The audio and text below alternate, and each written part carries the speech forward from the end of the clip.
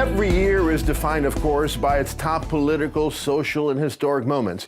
But what were the top pop culture moments of 2017?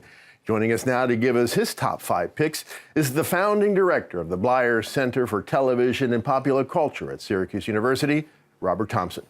Professor Thompson, thanks for joining us once again on the program. Thanks for having me. So, Professor, let's get right to it. What is at the very top of your list of pop culture moments of 2017? I think the first one, without question, would be the sexual misconduct stories that seem to keep breaking, forget on a weekly basis, on a daily basis, and almost an hourly basis. Really starting with the breaking of the dam and the Harvey Weinstein stories in October, I think these have totally changed the way, not only the way we think about Hollywood and the entertainment industry, things we've already always known, but have had our consciousness raised about, but they've significantly changed the landscape of content itself. The works of Kevin Spacey have been disappeared from many of the places that they normally would have played, recasting on movies and that kind of thing. This has been, I think, the most significant, profound, and probably long-lasting pop culture story to come out in a long time. Speaking of content, what about content not just by removing personnel from movies, but the themes themselves of film and television? For example, just the other day, I caught The Best Man, film written by Gore Vidal that was from the early 60s, and there was dialogue in there that I'm sure they thought was innocent, but it couldn't possibly be accepted. Now, is more of that going to happen, that kind of change? Well, I'm glad you brought that up, because even classic TV shows, MASH, considered one of the most critically acclaimed show of all time. You watch the first 3 seasons of MASH, and it is filled with dialogue that any HR department would have serious problems with. So you're right. There is a sense that I think our consciousnesses have been raised. There was a step during the Anita Hill period. There's been a big step now.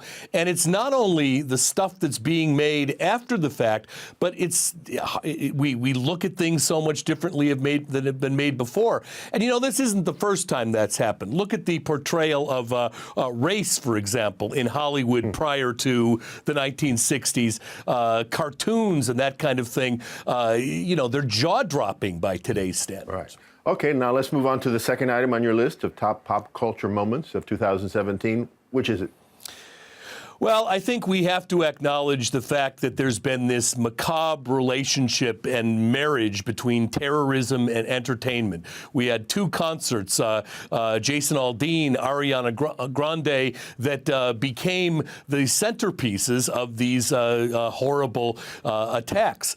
And I think that whenever you have all these people gathered in one place, there is a vulnerability, and we've seen now 2 cases where that's happened, and they haven't been the only 2. They were just very visible ones. That's right. But, there's also been a response as a result of entertainment venues being used as targets by terrorists.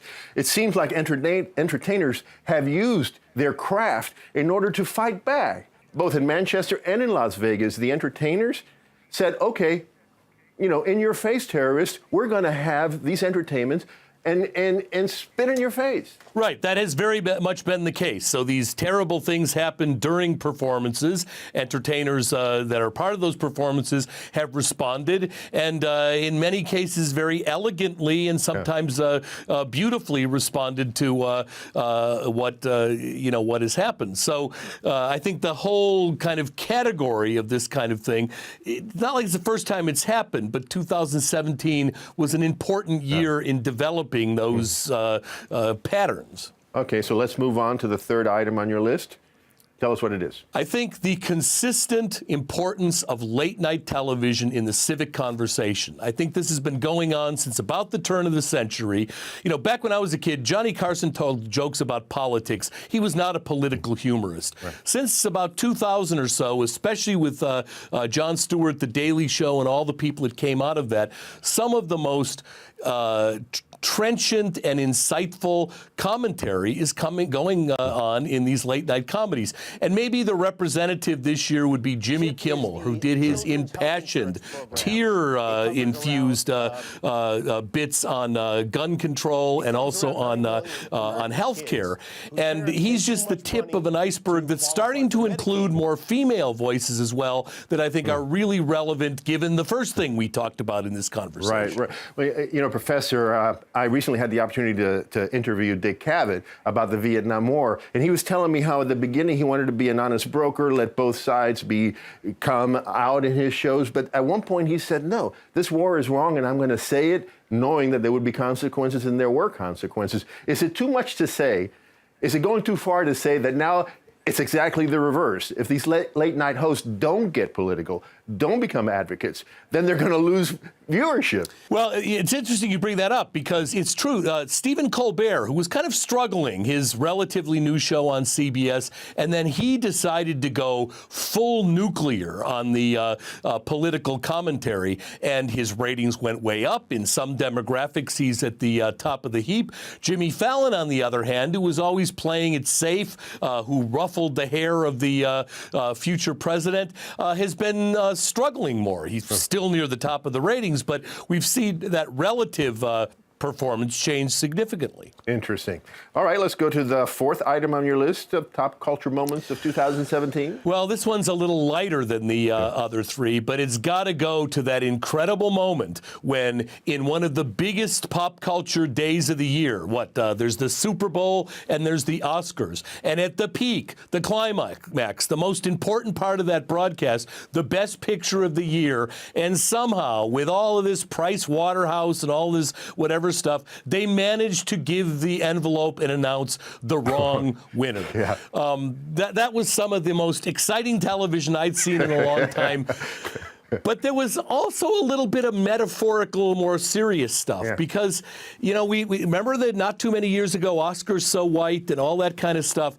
And it's almost as though fate were continuing to resist that kind of change.